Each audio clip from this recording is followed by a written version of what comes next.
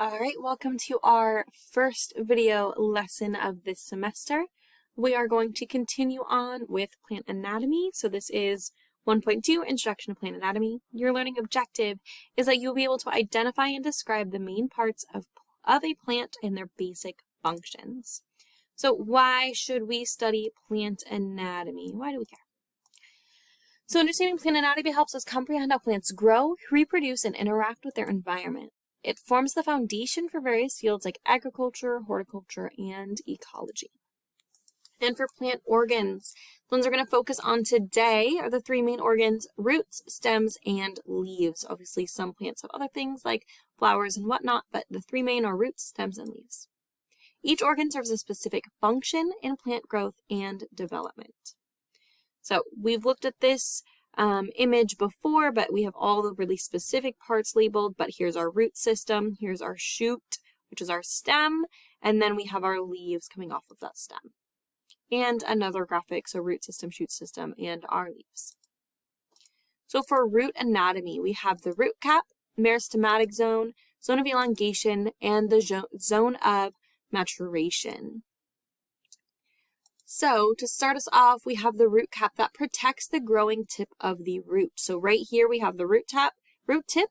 Right here is the meristem. We're going to talk about meristem specifically at the end, but this is where the new cells are coming. So the meristematic zone is the region of cell division and growth. So we have cell division and growth happening right there.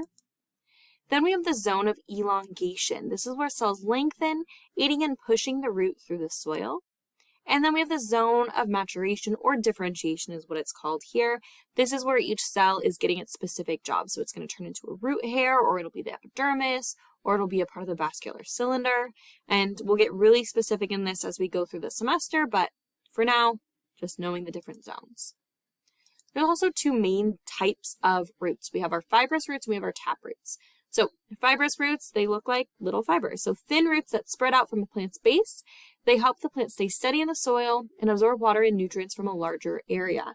These have a super high surface area, so lots and lots of roots to absorb water into the plant. And then we have the tap root. The taproot has a main thick root that grows straight down the plant stem right here. It works like a plant's main anchor, reaching deep into the soil to find water and nutrients, and smaller roots might grow from it too, which is what we see here. So this one is going to absorb a lot of water quickly, but this one is going to be a little bit better at storing water and nutrients and things, and that's what carrots are.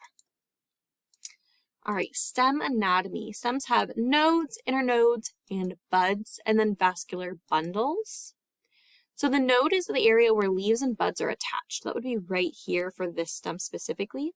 Then we have the internode, which is the space between nodes. So there's going to be another node up here. So this right here is the internode in between. And then we have the bud, or undeveloped shoot or flower. So that could be this guy right here, but it's just where another shoot or flower could come from. Then we have our vascular bundles. So just like we have like veins running through our bodies, these are kind of like the veins of plants. So these are the vascular bundles. They contain xylem and phloem for nutrient transport. So we'll talk about the difference between dicots and monocots, but in a dicot, these colorful bits here are going to be our vascular bundles in each. So in our dicot, the kind of brown right there is going to be the phloem, and the blue on the inside is going to be the xylem. And then here we have them in bundles. So xylem is the tissue responsible for water and nutrient transport.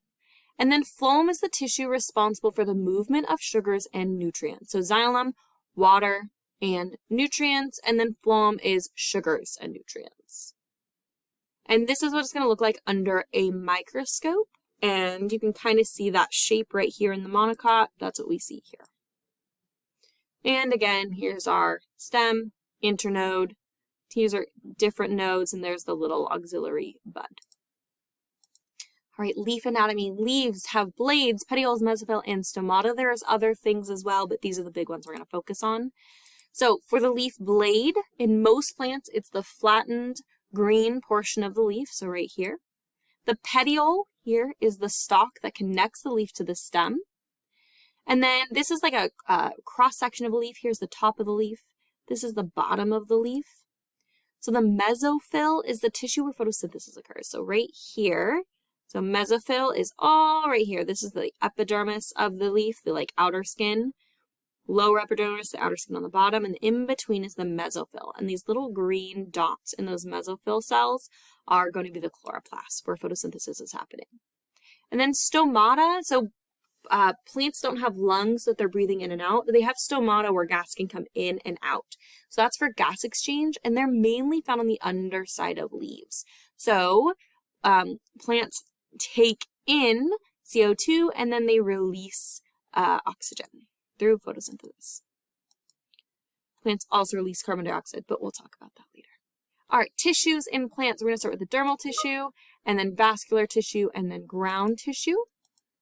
So dermal tissue forms in the outer layer, protecting against water loss and pathogens. Here is our dermal tissue, and the stomata are on that dermal tissue because they're on the outside. Vascular tissues facilitates the movement of waters and nutrients and sugars. So here's our vascular tissues. We have xylem and we have phloem. Then we have ground tissue, which is responsible for photosynthesis, storage, and support. Here's our ground tissue right here. And last but not least, we're going to talk about meristems, which is where new cells are being created. We have apical meristems, lateral meristems, and intercalary meristems. So an apical meristem is found at the tips of roots and stems responsible for primary growth. So here's our root, our apical meristem down in the root, because here's our root cap. So this is where the new cells are coming from. And then this is going to be the one found on the tip of the stem. So this is our little bud, there's leaves, and then our tiny little bit right there at E is going to be our apical meristem. Lateral meristems are responsible for secondary growth. They increase the width of the plant. And then the intercalary meristems are found in specific regions, aiding in regrowth. So again, point of this lesson is to be more of an introduction, and then we will talk very much more specifically about each of these things as we go through this course this semester. But these are all the things we need to know getting into it. If you have any questions, please let me know, and I will see you in the next one.